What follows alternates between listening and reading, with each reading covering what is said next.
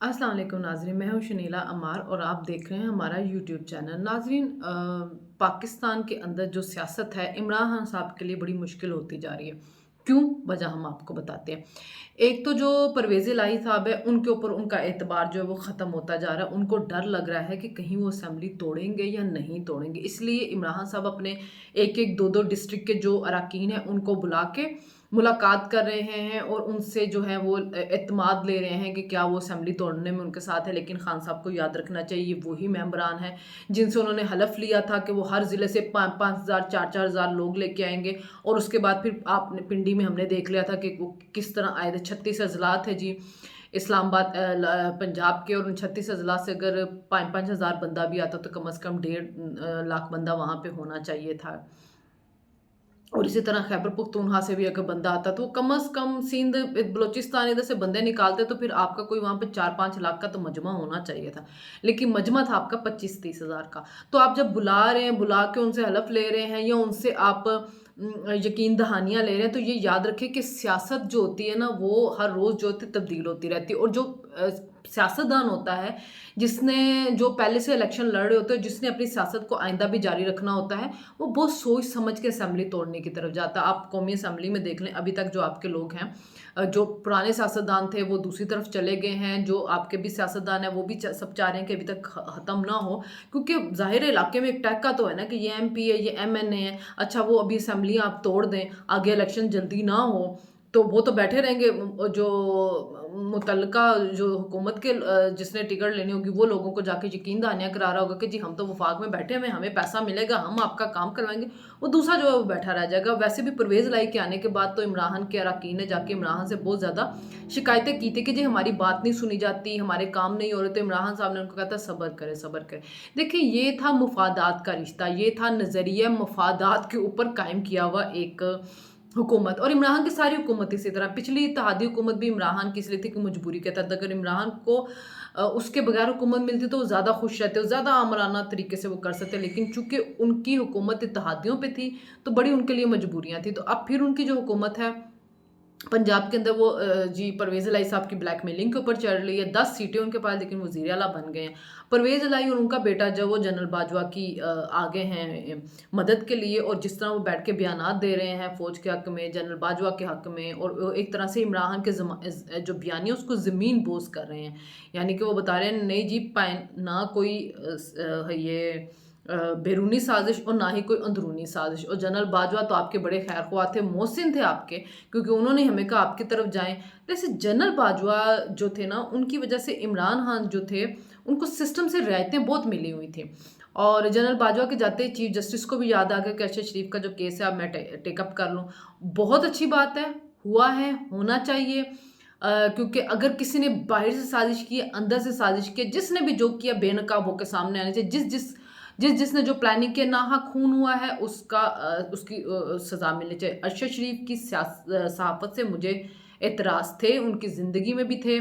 मैं उनको सहाफ़ी उस तरह से मानती भी नहीं थी, लेकिन ज़िंदा रहने का हक़ हर शख़्स का होता है और इस तरह की मौत किसी के लिए भी नहीं होनी चाहिए, किसी की भी। तो चीफ जस्टिस साहब को वज़ीर-ए-आज़म ने भी ख़त लिखा और उन्होंने कहा था फुल बेंच बनाएँ, लेकिन चीफ जस्टिस साहब ने उसको नहीं सुना। उसके बाद इमरान खान साहब ने ख़त लिखा, एक कैंपेन चली, तो आज उन्होंने सो मोटो ले लिया और कहा है कि जी एफआईआर जो है हुकूमत को कहा 24 घंटे के अंदर जो वो दर्ज करवाई जाए, दर्ज करवानी चाहिए। हुकूमत के पास जो रिपोर्ट आई है वो सामने आनी चाहिए। पता चलना चाहिए मुल्क से क्यों गए, किसने भेजा, किसने कहा, क्योंकि देखे ना इमरान रियाज भी यहीं पे ही हैं। वो किस तरह बोलते रहे हैं। शहबाज गिली, आज़म स्वाति ठीक है जेल में गए, लेकिन हैं तो सब मुल्क के अंदर ही।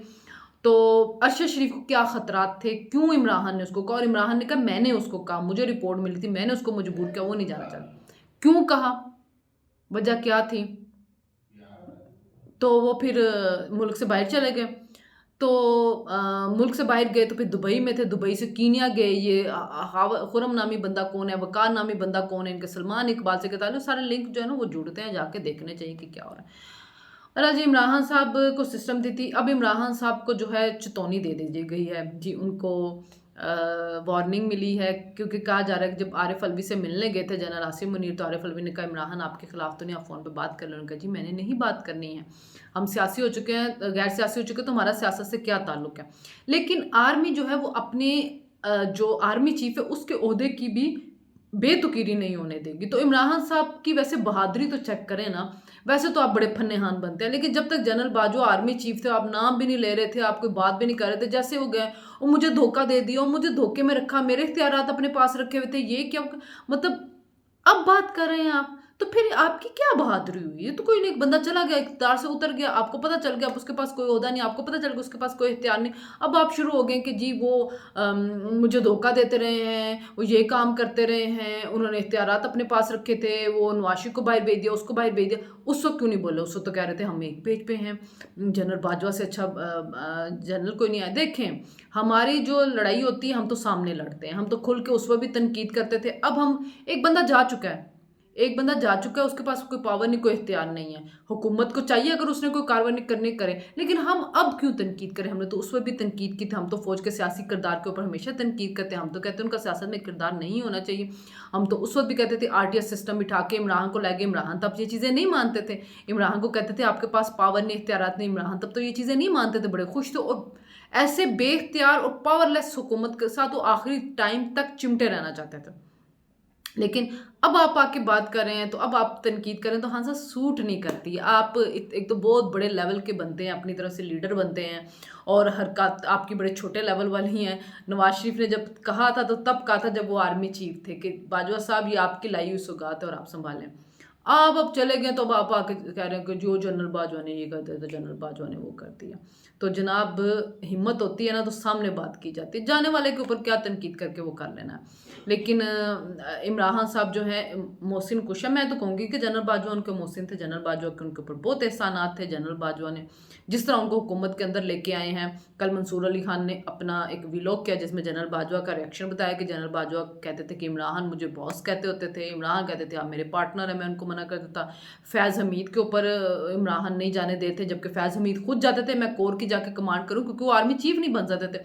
तो फिर इमरान ने उनको कहा ऐसे ही कोई कोर बना देते, तो उसने कहा जी आप हमें पंजाब पुलिस की तरह ट्रीट ना करें, आर्मी का अपना एक डेकोरम होता है, उनके अपने रूल्स लॉ होते हैं, उसके मुताबिक चीज़ें चलनी। ये जनरल बाजवा की तरफ से फर्स्ट रिएक्शन था जो कि मंसूर अली खान ने कल अपने व्लॉग के अंदर बताया था ये सारी चीज़ें। तो के जनरल बाजवा का कहना तो सही था, हमने इनके लिए चीज़ें मैनेज की, हम इनके लिए लोगों को मैनेज करते रहे, बिल इनके पास करवाते रहे, लेकिन 26 कोर कमांडर में से 16 ने कहा कि अब हमें गैर सियासी हो जाना चाहिए। कोई 21 में से 16 ने कहा, 5 के 6 जो थे उन्होंने कहा कि नहीं अभी हमें इमरान साहब का साथ देना चाहिए। तो उस 6 के भी बाद में जो थे ख़्यालात बदल गए, मेरे ख़्याल में उनमें एक फैज़ हमीद के नहीं बदले होंगे, बाकी सब के बदल गए कि नहीं हमें गैर सियासी रहना चाहिए, हमें अपना अब किरदार नहीं अदा करना चाहिए। फिर उनका लेकिन इमरान की 3 शराइत थी, शायद एक ये ईवीएम वाली थी उनकी कि ईवीएम जो है मेरा बिल पास करवा दें। मुझे समझ नहीं आती कि इमरान खान साहब को ईवीएम से क्या लगता है, जिन्होंने धांधली करनी वो ईवीएम से भी हो सकते है, ईवीएम से ज़्यादा आसान है धांधली करनी। वो भी किसी दिन पूरे डिटेल से मैं आपको बता दूंगी कि ईवीएम मशीन के साथ क्या क्या मामला जो है वो हो सकते हैं। बहरहाल जी वो एक उन्होंने कहा जी बजट जो है वो पास करवा दें, फेटअप वाला जो मामला है वो भी मेरा इनके साथ हल करवा दें, क्योंकि इमरान ना सिक्योरिटी के ऊपर अपोजिशन के साथ बैठे, ना कोरोना को कोई सेशन हुआ उसके ऊपर बैठे, मतलब वो अपोजिशन के साथ अपनी हुकूमत में होते हुए नहीं बैठे कि उनको ब्रीफ कर दें हम किसी चीज़ों के ऊपर। ईवीएम मशीन के ऊपर इमरान बात तो करते हैं कि जी ज़्यादा आना मुनसफाना होंगे, ज़्यादा आना मुनसफाना इलेक्शन आपके मुल्क में तब हो सकता है जब इलेक्शन कमीशन स्ट्रांग होगा। देखिए हमारे एक जब्बार चौधरी जो एक हमारे कुलीग है, उन्होंने एक कॉलम लिखा है, उन्होंने बड़ी उसमें एक बड़ा एक रिसर्च, वो इंडिया गए, उनके पास कुछ टॉपिक पे उन्होंने रिसर्च करनी थी कि इंडिया हमसे इन चीज़ों में आगे कैसे है। तो उनमें एक शफाफ इलेक्शन का भी था कि जब इलेक्शन होते हैं इंडिया के अंदर ना निगरान हुकूमत होती है, इलेक्शन को हर कोई मानता है, तो इतना रोला नहीं पड़ता, तो हमारे मुल्क के अंदर ये क्यों है। तो उन्होंने जो रिसर्च की, इलेक्शन कमीशन ने ब्रीफिंग दी, तो इलेक्शन कमीशन से सवाल किया तो उसने कहा देखिए हमारे मुल्क में इलेक्शन कमीशन आज़ाद है, वो बेज़ाब्तगियों के ऊपर जो होता है ना वो जुर्माने भी करता है, सजाएं भी देता है, तो कोई सियासतदान अपने ऊपर ये धब्बा नहीं लगाना चाहता। फिर इलेक्शन कमीशन को उस तरह से कोई ब्लैकमेल नहीं कर सकता है जिस तरह के हमारे मुल्क के अंदर हो रहा है। इमरान इलेक्शन कमीशन को गालियां देते हैं, उनके ऊपर इल्ज़ामात लगा रहे हैं, लेकिन कुछ भी नहीं होता। इमरान जो है जब उनके ऊपर कोई केस इलेक्शन कमीशन बनाती है तो हाई कोर्ट फ़ौरन रिलीफ देने के लिए आ जाती है और कहती है नो हो जी, किसी बंदे के ब्लेम लगाने से कौन सा उनकी वो इदारे की सरबराह की तौकीर की बात नहीं होती, इलेक्शन कमीशन को मजबूत करने की बात होती है। इलेक्शन कमीशन कोई भी डिसीजन लेते हैं, इलेक्शन कमीशन कोई भी काम करता है, फ़ौरन हाई कोर्ट, सुप्रीम कोर्ट उसके ऊपर स्टे दे देती है। तो फिर इलेक्शन कमीशन को कौन संजीदा लेगा? इलेक्शन कमीशन ने इमरान खान के ऊपर जो ये इलेक्शन की बेज़ाब्तगियाँ, उसका मुकदमा चल रहा है। इमरान खान साहब ने सुप्रीम कोर्ट, हाई कोर्ट्स वगैरह से स्टे लिए हुए हैं। सुप्रीम कोर्ट हाथ पे हाथ रख के बैठी हुई है। फॉरेन फंडिंग का केस आ गया, वो इतना अरसा हाई कोर्ट के अंदर जाकर उस मामले को लटकाते रहे, तो इलेक्शन कमीशन उसके ऊपर क्या कर लेती। फिर अगर उसका फैसला आ गया तो आगे जाके फिर उसके ऊपर स्टे लेने की कोशिश की जा रही है। वो कासिम सूरी जो है, जाली डिग्री के ऊपर 4 साल से स्टे लेके वो आपका स्पीकर बना हुआ। गुलाम सरवर को 7-8 साल हो गए हुए हैं कि उसने उस स्टे लिया हुआ अपनी जाली डिग्री के ऊपर। तो हमारे मुल्क के अंदर इलेक्शन कमीशन जो है ना, उसको आज़ाद कोर्ट्स नहीं होने देती हैं। कोर्ट्स हर मामले के ऊपर आके ना जो है वो रिलीफ दे दे के, स्टे दे दे के उसको बेतुकीर कर दिया उस इदारे को। मतलब ये इलेक्शन कमीशन ऑटोनमस इदारा होना चाहिए। इलेक्शन कमीशन के अपने कानून होने चाहिए, वो अपने कानून को इम्प्लीमेंट करवाए। अब बेज़ाब्तगियाँ, वो कहते हैं हमारी, हम जिसको जुर्माना करते हैं या हम किसी को सजा देते हैं, कोई उस पर कुछ नहीं कर सकता, तो सियासतदान डरते हैं। यहाँ पे तो बेज़ाब्तगियों के ऊपर वो चल रहे हैं केसेस। वो खान साहब बजाय उसके कि वो उसकी आके पेशी भुगते, जुर्माने दें, वो और इल्ज़ाम लगाने शुरू करते हैं। 22 है जे इलेक्शन कमीशन, और इलेक्शन कमीशन बिका हुआ है, फलानी चीज़ है। इंडिया में ये नहीं हो सकता।